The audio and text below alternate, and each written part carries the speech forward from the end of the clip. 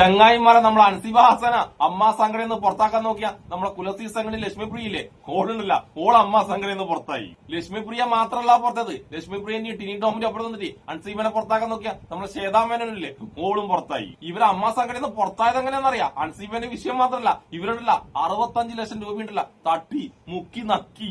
അതിന്റെ കണക്കുണ്ടല്ലോ അമ്മ സംഘടനക്ക് കൊടുക്കാൻ പറഞ്ഞോ ഇവർക്ക് കൊടുക്കാൻ കഴിയുന്നില്ല. അപ്പൊ ഇവര് നൈസായിട്ടുണ്ടല്ലോ, നൈസായിട്ട് അങ്ങ് മുങ്ങി.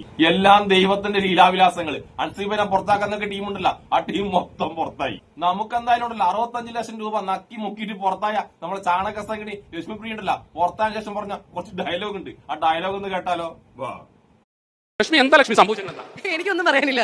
ഗൂഢാലോചന നടന്നിട്ടുണ്ടോ? എനിക്കറിയില്ല. സേത പറയുന്നു സേത പൂർണ്ണമായിട്ട് രാജിവെച്ചു. ഞാനും രാജിവെച്ചു. അംഗത്വം ഉപേക്ഷിച്ചു. ലക്ഷ്മി അംഗത്വം ഉപേക്ഷിച്ചു. ഗൂഢാലോചന നടന്നിട്ടുണ്ടോ ലക്ഷ്മി? എനിക്കറിയില്ല. കാരണം ഒരു സൈഡ് മാത്രം പറയുന്നതാണ് ശരി എന്ന് പറയുന്ന ആൾക്കാർ കൂടെ നമ്മൾ എങ്ങനെ പോകും? ഇവിടെ ഈ നാട്ടിൽ കോടതിയും നിയമവും സത്യവും ഒക്കെ ഉണ്ടല്ലോ. ഞാൻ പ്രാഥമിക ഞാൻ അങ്ങനെ പറയുന്നില്ല. ഒരു സൈഡ് പറയുന്ന നരേഷൻ മാത്രം വിശ്വസിക്കുന്നു.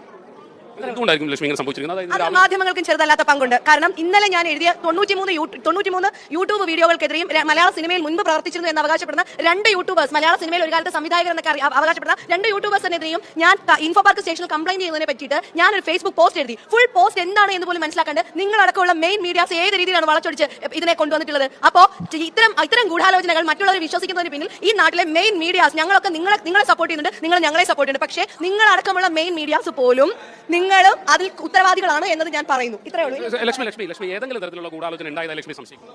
ഗൂഢാലോചന ഒന്നും എനിക്ക് പറയാനില്ല ഏട്ടാ. എനിക്ക് അങ്ങനെയൊന്നും പറയാൻ ഞാൻ ഇഷ്ടപ്പെടുന്നില്ല. നമ്മൾ കാണാത്ത കാര്യം പറയാൻ ഇഷ്ടപ്പെടുന്നില്ല. പക്ഷെ ഒരു സൈഡ് മാത്രം കേട്ടിട്ട് നമുക്ക് പറയാനുള്ളത് എന്താണ് എന്ന് പോലും മനസ്സിലാക്കാത്ത ഒരു സിസ്റ്റത്തിന്റെ ആ ഒരു വ്യവസ്ഥയുടെ ഭാഗമായിരിക്കാൻ ഞാൻ ആഗ്രഹിക്കുന്നു. സാമ്പത്തിക തട്ടിപ്പ് നടന്നു എന്ന് പറയുന്നു. ഞാൻ അത് എനിക്കുൾപ്പെടെ വരുന്ന ഒരു ആരോപണമായിട്ട് ഞാൻ വിചാരിക്കുന്നു. കാരണം ഓഗസ്റ്റ് 15-ാം തീയതി അധികാരത്തിലേറിയ കമ്മിറ്റിയുടെ ഇന്നലെ മുതലുള്ള ബില്ലുകൾ ഉണ്ട് എന്ന് ഞങ്ങൾക്ക് നെഞ്ച് കൈവച്ച് പറയാൻ പറ്റും. ഈ സംഘടനയ്ക്ക് അങ്ങനെ ഒരാൾക്കും ഏത് കമ്മിറ്റി വന്നാലും അവർക്ക് അങ്ങനെ സാമ്പത്തിക തട്ടിപ്പോ ക്രമക്കേടുകളോ ഒന്നും നടത്താനായിട്ട് പറ്റില്ല.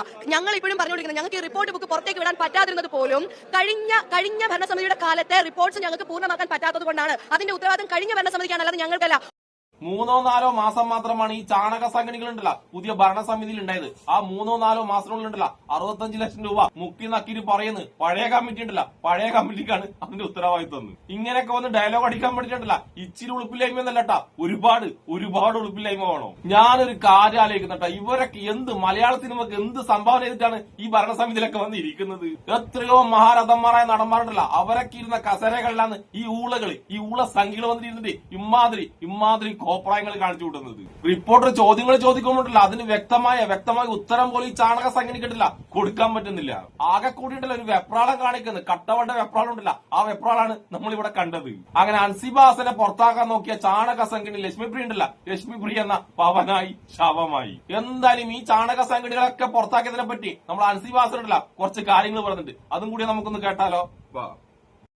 എനിക്ക് തോന്നുന്നു 32 വർഷത്തെ ചരിത്രത്തിൽ ആദ്യമായിട്ടായിരിക്കും അമ്മയിൽ ഇങ്ങനെ ഒരു സംഭവങ്ങൾ നടന്ന് കണ്ടതും ഇത്തരത്തിൽ എല്ലാ കാര്യങ്ങളും വിശദമായി മെമ്പേഴ്സിനെ അറിയിക്കുകയും ചെയ്തിട്ടുണ്ടാവുക. അതിൽ ഒരുപാട് സന്തോഷമുണ്ട്. ഇത്രയും മെമ്പേഴ്സ് പാർട്ടിസിപ്പേറ്റ് ചെയ്തിട്ടുള്ളതും ആദ്യമായിട്ടായിരിക്കും എനിക്ക് തോന്നുന്നത്. എല്ലാവരുടെയും അവരവരുടെ അഭിപ്രായങ്ങൾ കൃത്യമായിട്ട് രേഖപ്പെടുത്തിയ ഒരു കൃത്യതയുള്ള ജനറൽ ബോഡിയായിരുന്നു ഇന്ന് നടന്നത്. കഴിഞ്ഞ ഭരണസമിതിക്ക് കൃത്യമായിട്ടുള്ള വരവ് ചെലവ് കണക്കുകൾ ഈ ജനറൽ ബോഡിയിൽ കാണിക്കാൻ പറ്റിയിട്ടില്ല. അത് ഒരുപാട് തവണ ആ കമ്മിറ്റി അംഗങ്ങൾ ചോദിച്ചുകൊണ്ടിരിക്കുകയായിരുന്നു, ഞങ്ങൾക്ക് 45 ദിവസം തരാമോ, ഒരവസരം കൂടെ തരാമോ എന്നൊക്കെ. എന്ത് ബാലിശമായിട്ടുള്ള ചോദ്യങ്ങളായിരുന്നു അത്. പക്ഷെ ആ ബാലിശമായിട്ടുള്ള ചോദ്യങ്ങളൊന്നും ജനറൽ ബോഡിയിൽ വിലപ്പോയില്ല എന്നുള്ളത് തന്നെയാണ് സത്യം. വരവ് ചെലവ് കണക്കുകളുടെ കൃത്യത കുറവ് തന്നെയാണ് ആദ്യമായിട്ട് ഒരു പ്രധാന ഇഷ്യൂ ആയിട്ട് നിലനിന്നിരുന്നത്. അതുപോലെ തന്നെ നീന കുറുപ്പ് ചേച്ചിയുടെ കുറച്ച് പ്രശ്നങ്ങളുണ്ടായിരുന്നു. ഞാൻ ഉന്നയിച്ച കാര്യങ്ങളുണ്ടായിരുന്നു. ഞാൻ ഉന്നയിച്ച എല്ലാ കാര്യങ്ങളും കൃത്യമായിട്ട് ഈ ജനറൽ ബോഡിയിൽ എനിക്ക് സംസാരിക്കാൻ പറ്റി. പക്ഷേ ഉച്ചയ്ക്ക് ശേഷമാണ് അവസരം കിട്ടിയത്. ആ അവസരം തന്നെ ചോദിച്ച് വാങ്ങിച്ചതാണ്. അത് അമ്മയിലെ ഓരോ മെമ്പേഴ്സിനോട് ഞാൻ നന്ദി പറയുകയാണ് എനിക്ക് അങ്ങനെ ഒരു അവസരം ഉണ്ടാക്കി തന്നതിന്. കാരണം ഉച്ചവരെ എനിക്ക് അങ്ങനെ ഒരു അവസരം തരാൻ തയ്യാറായിരുന്നില്ല ഈ കമ്മിറ്റിയല്ല, ഇതുവരെ ഉണ്ടായിരുന്ന കമ്മിറ്റി. പക്ഷേ ഇവിടെയുള്ള ഓരോ വ്യക്തിയും എൻ്റെ കൂടെ നിന്നു എനിക്ക് സംസാരിക്കാൻ വേണ്ടിയുള്ള അവസരം അവരുണ്ടാക്കി തന്നു. ഞാൻ സംസാരിക്കുകയും ചെയ്തു. എന്തെല്ലാം കാര്യങ്ങളാണോ ഞാൻ മുന്നേ മീഡിയയുടെ മുന്നിൽ വന്ന് പറഞ്ഞിരുന്നത് അതേ കാര്യങ്ങൾ തന്നെയായിരുന്നു എനിക്ക് അമ്മയിലും പറയാനുണ്ടായിരുന്നത്. അതുപോലെ തന്നെ വരവ് ചെലവ് കണക്കുകളുടെ കാര്യത്തിൽ കൃത്യത കുറവ് ഞാൻ ആദ്യം മുതലേ ചൂണ്ടിക്കാണിക്കുന്നുണ്ടായിരുന്നു. ആ കാര്യങ്ങളും കൃത്യമായി ഏതൊക്കെ വിഷയങ്ങളിലാണ് ആരൊക്കെയാണ് ഉൾപ്പെട്ടിരുന്നതെന്ന് കൃത്യമായിട്ട് ഞാൻ അമ്മയിലെ ഇന്നത്തെ ജനറൽ ബോഡിയിൽ ഞാൻ പറയുകയുണ്ടായിട്ടുണ്ട്. അപ്പോൾ അത് പറയാൻ പറ്റിയതിലുള്ള ഒരു സമാധാനം ഉണ്ട് എനിക്ക്. ഉറപ്പായിട്ടും അൻസിബക്ക് ഉണ്ടല്ലോ ഇപ്പം സമാധാനവുമായി നീതിയും കിട്ടി. പക്ഷെ അൻസിബയെ പുറത്താക്കാൻ നോക്കിയ ടീമുണ്ടല്ലോ, ആ ടീമിനൊക്കെ സമാധാനക്കേടുമായി, അവരൊക്കെ പുറത്തുമായി. ഇപ്പൊ ഒരു കാര്യം നിങ്ങൾക്കൊക്കെ മനസ്സിലായില്ല. അൻസിബനെ ഈ ചാണക സംഖ്യകളൊക്കെ കൂടി പുറത്താക്കാൻ നോക്കിയതിന്റെ കാരണം എന്താണ്? അതായത് 65 ലക്ഷം രൂപ അവര് മുക്കി നക്കിയ കാര്യമുണ്ടല്ല, അൻസിബക്ക് കൃത്യമായിട്ട് അറിയാം. അൻസിബ ഈ കാര്യം പുറത്തു പറയുന്ന പേടിയിലാണ് അൻസിബിനെ ആദ്യം ഉണ്ടല്ല ഇവർ പുറത്താക്കാൻ നോക്കിയത്. പക്ഷെ അങ്ങനെ അൻസിബനെ പുറത്താക്കി രക്ഷപ്പെടാൻ വേണ്ടി ആ ചാണക സംഘടനകൾ ഉണ്ടല്ല ദൈവം വിട്ടില്ല. അങ്ങനെ ആ ചാണക സംഘടനകൾക്ക് മൊത്തം ഉണ്ടല്ല നാണം കെട്ട് രാജിവെക്കേണ്ടി വന്നു. ഇനി നമുക്ക് ഇതുമായി ബന്ധപ്പെട്ടിട്ടുണ്ടല്ല കേരളത്തിലെ മുതിർന്ന താരങ്ങളുണ്ടല്ല, സൂപ്പർ സ്റ്റാറുകൾ, അവരൊക്കെ ഒരു അക്ഷരം ഉണ്ടാതിരുന്നപ്പോണ്ടല്ല നമ്മളെ ബാബുരാജ് ഉണ്ടല്ല, ബാബുരാജ് അൻസിബനെ സപ്പോർട്ട് ചെയ്തിട്ട് ഇതുമായി ശക്തമായി പ്രതികരിച്ചിട്ടുണ്ട്. അതും കൂടി നമുക്കൊന്ന് കേട്ടാലോ. ഇത്രയും നാൾ ഇവര് ലേഡീസ് കാർഡ് ഇറക്കി കളിക്കായിരുന്നു. എന്തെങ്കിലും പറഞ്ഞാൽ ഉടനെ തന്നെ സ്ത്രീകളാണ് ഞങ്ങൾക്ക് അങ്ങനെ അത് പക്ഷേ അത് ഇവിടെ തന്നെ പൊളിച്ചടക്കിയിട്ടുണ്ട്. ആ അൻസിബ എന്ന് പറഞ്ഞ കുട്ടി ലാസ്റ്റ് കയറി പറഞ്ഞു എല്ലാവർക്കും കണ്ണ് നിറയുന്ന പോലെയാണ് ആ കുട്ടിയുടെ കാര്യങ്ങൾ പറഞ്ഞു. അപ്പോൾ ഇത്രയും സ്ത്രീകൾക്ക് തന്നെ ഇത്രയധികം ഉപദ്രവം നടത്തിക്കൊണ്ടിരുന്ന ഈ ഒരു കമ്മിറ്റി അവർ തന്നെ രാജിവെച്ച് പോവുകയാണ് ഉണ്ടായത്. അതെ, ആ ട്രഷറർ പറഞ്ഞു ഞാൻ ഇതിനകത്ത് ഉത്തരവാദിത്തേക്കില്ല. അതുപോലെ തന്നെ ചാർട്ടേഡ് അക്കൗണ്ടന്മാർ കൈയൊഴിഞ്ഞു, വക്കീൽമാർ കൈയൊഴിഞ്ഞു. അങ്ങനെ ഒരു കാര്യവും ചെയ്യാതെ 100 പ്രാവശ്യം ഞങ്ങൾക്ക് ഒരു പ്രാവശ്യം 15 ദിവസം കൂടി 25 ദിവസം കൂടി 45 ദിവസം കൂടി എന്ന് പറയുമ്പോൾ എങ്ങനെയാണ് മുന്നോട്ട് പോകാൻ? കാരണം ഇത് അതെല്ലാം എന്റെ കമ്മിറ്റി എന്ന് പറയില്ല. ഞാൻ ഒരു അഡ്ഹോക് കമ്മിറ്റിയുടെ ഒരു ഭാഗം മാത്രമായിരുന്നു. എനിക്കൊരു കമ്മിറ്റി ഉണ്ടായിട്ടില്ല. സിദ്ദീഖ് രാജിവെച്ച് പോയ കമ്മിറ്റിയിൽ അഡ്ഹോക് കമ്മിറ്റിയുടെ ചുമതല ഏറ്റെടുത്തിട്ട് നമ്മൾ നടത്തിയ കാര്യങ്ങളാണ്. അതിന്റെ എല്ലാ കണക്കുകളും കൃത്യമായി കൊടുത്തിട്ടുണ്ട്. പക്ഷെ അന്ന് ആ കണക്ക് നോക്കിയിരുന്ന അപ്പു എന്ന് പറഞ്ഞാൽ ശമ്പളം കൊടുത്തിട്ടില്ല, അതുകൊണ്ടാവും അന്ന് കണക്കും പറഞ്ഞിട്ടില്ല. ഒരാളുമില്ലല്ലോ കുറ്റാരോപിതർ. നിങ്ങൾ ഒരാളെ പറയും, ശ്വേതയ്ക്ക് എന്തും പറയാം. അവരിവിടെ അതിന് മറുപടി നിങ്ങൾ അൻസിബ പറഞ്ഞ എന്താണെന്ന് കേട്ടാൽ മതി. ട്രഷറർ ഉണ്ണി ശിവൻ എന്താണെന്ന് പറഞ്ഞത് നമ്മളോട് പറഞ്ഞ തന്നെ കാര്യങ്ങൾ ഒരാൾക്കും മിണ്ടാനുണ്ടായില്ലല്ലോ. ആ കുട്ടിയുടെ കാര്യം പരാതി കേൾക്കേണ്ട ആരാണ്? ശ്വേതയായിരുന്നു. നത്തിങ് ടു ഡു വിത്ത് അമ്മ എന്ന് പറയുന്ന ഒരു പ്രസിഡന്റിനെ കൊണ്ട് എങ്ങനെ ഇവിടെ സ്ത്രീകൾക്ക് കിട്ടും? ഇവിടെ അങ്ങനെ സ്ത്രീകൾക്കാടല്ല വേണ്ടത്. ഇവിടെ നമുക്ക് എല്ലാവരുടെയും കാര്യം നമുക്കറിയാം. ഓൾറെഡി തന്നെ നമുക്ക് പലതും ഫേസ് ചെയ്യുന്നതാണ്. അപ്പൊ അങ്ങനെ ഒരു സ്ത്രീ എന്നുള്ള ഒരു ഇതുകൊണ്ട് മാത്രം മുന്നോട്ട്. ഇന്ന് ഞാൻ നോക്കുമ്പോൾ കുക്കും ശ്വേതയും ഒരൊറ്റ കെട്ട് ഒരു ബെഞ്ച് ഒരു കാര്യത്തിൽ ഭയങ്കര ഐക്യം. കപടമല്ലേ ഇവരെ കാണിക്കുന്നത്? അങ്ങനെ മുന്നോട്ട് കൊണ്ടുപോകാൻ പറ്റില്ല. അല്ലല്ല, നിങ്ങൾക്കറിയാലോ എന്താണ് അവർ പറഞ്ഞു കൂട്ടിയിരുന്നത്. 4 കേസുകളാണ് ഉള്ളത്.